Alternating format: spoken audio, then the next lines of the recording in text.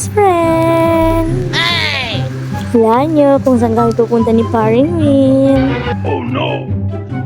May sarili para silang paggawaan ng asin dito, kaya dinaanan muna namin bago kami magbuko. So ito siya guys, yan. Sana all. After nyan, akala ko dito na kami sa part na to magbubuko ni Paring Will. Hindi pa pala dito guys. Oh yan, nakita yung mga yan. Hindi pa pala dito banda yun.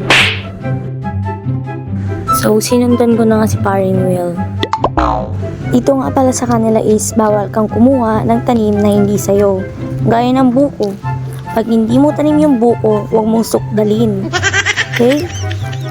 Agbain ka kanumit basit kasdal. Grabe, ang ganda talaga ng view. Mapapakanta ka ng...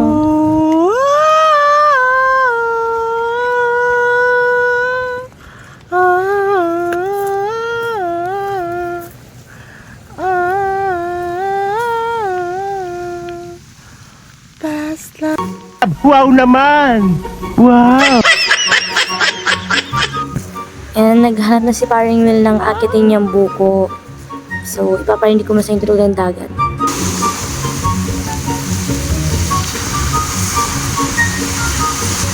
Ayun na nga, umakit na si Paring Will, mga best friend.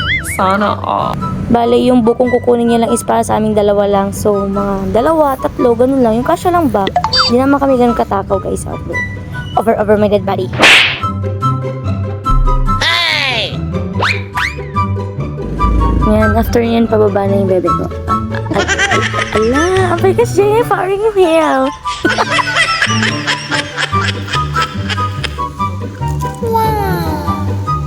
So, ito yung mga nakuha niya ng mga best friend.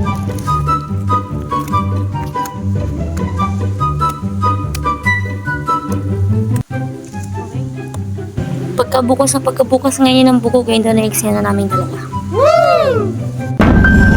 Ano ba? Bakit may puso tumingin ang pagkaw na kababa dito? Welcome to my vlog! Nagagalit mo yun.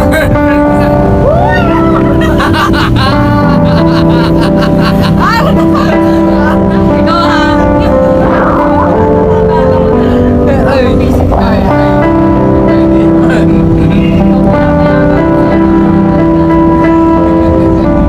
Oh my God! Wow! Sobrang tamis ng buko nila dito is naka-take two pa talaga ako dito guys. Sana all. Ay, ala, bakit may ganyang eksena dyan? Char. Ala, kababain ni, makikita yun kasi na nakabura. Ala, nag-take 3 na pa yun. My God, best friend. So, kati kumat-kot tungkit. Makapelo. Pinapanood tuloy ako ni Paring Will. Siguro sinasabi nito, butot mit ating babain.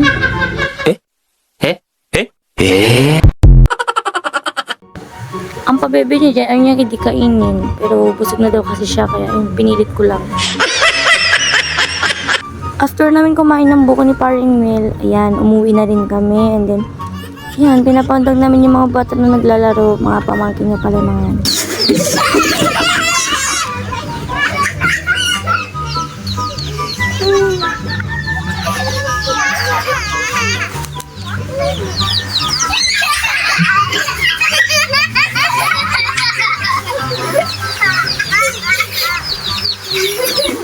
So yun lang mga best friend. Thank you for watching.